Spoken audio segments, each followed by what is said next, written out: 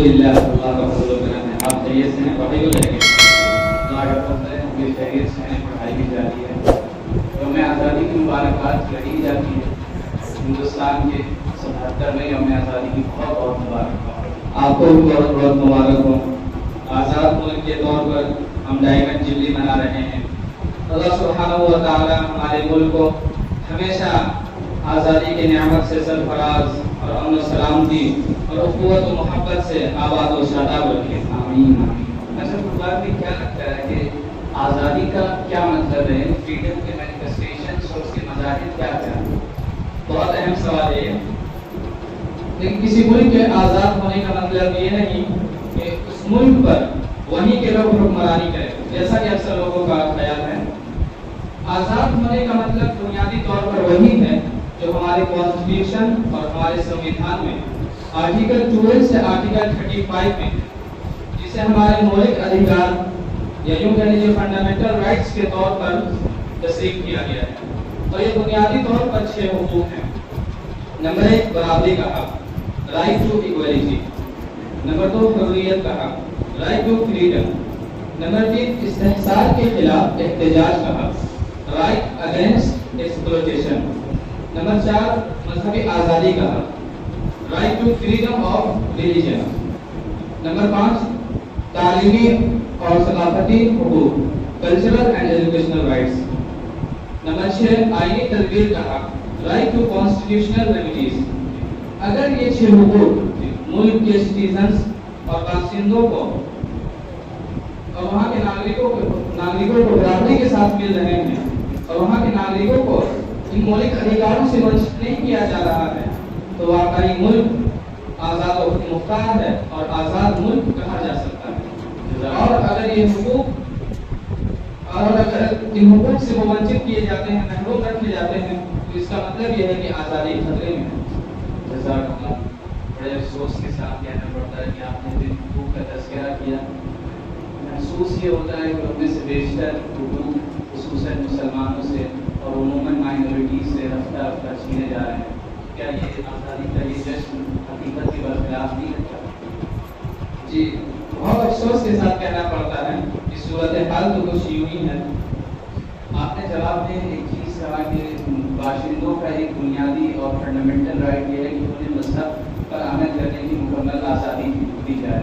تو حالیہ حکومت کی جو یہ تجویز ہے کہ یونیفارم سول کوڈ متعارف کرایا جائے اور اسے نافذ کیا جائے, تو کیا یہ ہمارے مذہبی آزادی پر کو چھیننے کی ایک ناپاک کوشش نہیں ہے؟ صحیح کہا آپ نے. لیکن بھارت جیسے کثیر ثقافتی ملک میں جہاں پہ دنیا کے ہر بڑے چھوٹے مذاہب کے ماننے والے رہتے ہیں, یونیفارم سول کوڈ کو پاس کرنے کا پرستاؤ مذہبی آزادی پر کالے سائے کی طرح ہے. بھارت کی انیکتا ہی میں ایکتا ہے. جشن یوم آزادی کے موقع پر ہمیں اس بات کو یقینی بنانا چاہیے کہ ہندوستانی باشندوں کے آئینی و مذہبی حقوق میں پھر کوئی روکنا نہ ڈالا جائے. ویسے آپ مدرسے پڑھتے ہیں؟ جی بعض حضرات خاص طور سے وہ لوگ جو لبرلزم سے متاثر ہیں اور مغربی افکار نظریات رکھتے ہیں, وہ یونیفارم سول کوڈ کی حمایت اس وجہ سے کر رہے ہیں کہ اس سے مسلمان عورتوں کے ہو رہے ظلم کا خاتمہ کیا جا سکے گا. کیا واقعی ہمارے مسلم پرسنل لاء میں ایسے قوانین اور ایسے ایکٹس پائے جاتے ہیں جو ظلم کا سبب ہے عورتوں پر؟ کیا حقیقت کچھ اور ہے؟ جناب دراصل دیکھا جائے تو یہ سراسر فیک پروپیگنڈا. مسلم پرسنل لاء کسی جج کا یا کسی پارلیمنٹیرین کا یا کسی لائر کا تشکیل کرتا نہیں ہے, بلکہ یہ مسلم پرسنل لاء اس خالق, اس کریٹر اور انسانوں کے اس مالک کا بنایا ہوا ہے جو ہماری ادنا سے ادنا ضرورت سے بھی واقف ہے اور سب سے زیادہ عدل کرنے والا ہے. تو مسلم پرسنل لاء کمی کیسے ہو سکتی ہے؟ مسلم پرسنل لاء 1400 سال گزر جانے کے باوجود بھی اس کا ہر قانون ایسا تر و تازہ اور ایسا اپ ٹو ڈیٹ ہے کہ اس کے مقابلے میں کوئی بھی مین میڈ لا اور مین میڈ کنسٹیٹیوشن کھڑا ہی نہیں ہو سکتا. یہ سب کچھ فیک پروپیگنڈے کا نتیجہ ہے.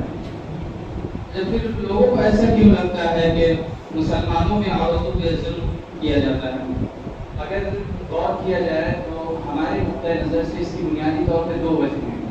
پہلا ریزن جو سمجھ میں آتا ہے وہ یہی ہے کہ میڈیا 24 گھنٹے مسلسل اسلامی قوانین کی صورت کو مسخ کر کے پیش کر رہا ہوتا ہے اور اس سے تعلق سے مسلسل ایک پروپیگنڈا کر رہا ہوتا ہے. یہ پہلا ریزن ہے. اور جو دوسرا ریزن سمجھ میں آتا ہے وہ بہت اہم ہے اور ہمیں حیثیت کے مسلمان اس پر بہت غور کرنے کی ضرورت ہے. وہ سبب یہ ہے کہ خود ہمارے مسلم معاشرے میں عورتوں بیوی بیٹیوں کو وہ بنیادی حقوق اگر اجتماعی طور پر دیکھا جائے تو نہیں فراہم کیے جا رہے ہیں جس کا مطالبہ اسلام ہم سے کرتا ہے. آپ مثال کے طور پر دیکھیں کہ کتنے گھر ایسے ہیں جس میں عورتوں کو میراث سے حصہ مل رہا ہے. ان گھرانوں کو تو چھوڑیے جس میں تعلیم نہیں ہے, جس میں علم نہیں ہے, وہ گھرانے جو اپنی دینداری کے لیے مشہور ہیں. اور مسئلہ جو وہاں پیدا ہوتا ہے کہ وہ گھرانے جس کے ذمہ دار عالم و فاضل حضرات ہیں وہاں پر بھی عورتوں کو میراث سے حصہ نہیں مل رہا. اور آج ہمارے معاشرے کا المیہ یہ ہے کہ اب دہیز کا سسٹم بھی ایک بڑے پیمانے پر رائج ہے. اسی طرح مسئلہ طلاق کا ہے. طلاق دیتے وقت بہت سے افراد جہالت کی وجہ سے صحیح پروسیس کو فالو نہیں کرتے جس کی وجہ سے مسلم پرسنل لا پر انگلیاں ہوتی ہیں. تو یہ دوسرا سبب بھی اتنا ہی اہم ہے جتنا پہلا سبب. جن باتوں کا تذکرہ کیا آپ نے یہ تو زمینی حقیقت ہے. اچھا یہ بتائیے اس کا مطلب تو یہ ہوا کہ اسلامی احکام کو نہ ماننے کی وجہ سے مسلم پرسنل لا پر آج انگلیاں اٹھ رہی ہیں. جی بالکل. مسئلہ مسلم پرسنل لا کا نہیں ہے, یعنی مسلم پرسنل لا میں کمی نہیں ہے بلکہ کمی اس کی امپلیمنٹیشن, اس کے نفاذ میں ہے. تو ہمیں دانش مندی اور عقل مندی کا تقاضا یہ ہوگا کہ ہم اس کے امپلیمنٹیشن کو یقینی بنائیں یا ہم یہ کوشش کریں کہ اس قانون کو ہی سرے سے ختم کر دیا جائے. یقیناً اس کو صحیح طور سے نافذ کرانے کی کوشش کرنی چاہیے. تو ہمیں مزید اس سلسلے میں کیا کیا جا سکتا ہے؟ اس سلسلے میں مزید بنیادی طور پہ چند اقدام اگر کیے جائیں تو انشاءاللہ امید ہے کہ نتائج بہت مثبت ہوں گے. سب سے پہلی ذمہ داری جو ہماری بنتی ہے وہ یہ کہ ہم اپنے مسلم معاشرے کو بیدار کریں. کم سے کم وہ اسلام اور رسول اللہ صلی اللہ علیہ وسلم نے جو 1400 سال پہلے ایک بنیادی اور ایک منشور ہمیں دیا کہ عورتوں کو کیا کیا حقوق ملنے چاہیے اس کو ہم فراہم کریں. اور اسی کے ساتھ ہمیں اس بات کی پرزور مہم چلانی چاہیے کہ عورتوں کو میراث میں جو جائز حق ہے وہ ہر گھر میں ملے, کوئی گھر اس سے مستثنا نہ رہے. اسی طرح ہمیں ہمارے اوپر یہ بھی ذمہ داری بنتی ہے کہ ہم سماجیات اور معاشیات کو برقرار رکھیں, معاشرے میں اس تعلق سے واقفیت کو عام کریں اور دہیز کے خلاف ذہن سازی کی جائے اور اس کے نقصانات اور اس کے مقاصد کو لوگوں میں بتایا جائے تاکہ اس کے خلاف فضا تیار کی جا سکے. اسی طرح اپنے معاشرتی تانے بانی کو مضبوط کرنے کے لیے اور اپنے معاشرتی سوشل فیبرک کو مضبوط کرنے کے لیے ہم اپنے مسجد کے ممبروں کو پرزور طریقے پر استعمال کریں جہاں سے اس بات کی آواز اٹھائی جائے. اور اسی طرح طلاق کے معاملے میں صحیح حوافیت عام کی جائے. اور اس سلسلے میں ایک مزید جو بہت بنیادی ذمہ داری اہل علم حضرات اور دانشور حضرات کی ہے وہ یہ کہ مسلسل فیک پروپیگنڈے کی وجہ سے جو غیر مسلموں میں شکوک و شبہات اور اشکالات اور کنفیوژنس پیدا ہوتے ہیں ہمارے قوانین کے سلسلے میں اس کو ہم مثبت انداز میں پازیٹیو وے میں دور کریں اور جو اس وقت کے رائج طریقے ہیں انہیں استعمال کر کے ان اشکالات کو ختم کرنے کی کوشش کریں. اگر ہم یہ کریں گے تو امید ہے کہ ہم اپنے مسلم رسول اللہ کی حقانیت کو ثابت کر سکیں گے.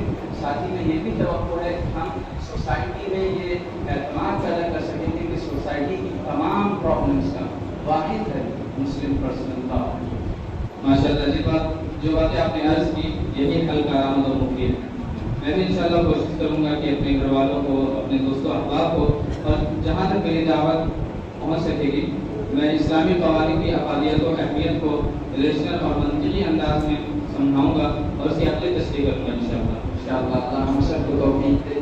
آمین. ٹھیک ہے, ہمارے مدرسے میں جشن آزادی کی تقریب جاری ہے. انشاءاللہ پھر آپ سے ملاقات ہوگی. السلام علیکم. وعلیکم السلام.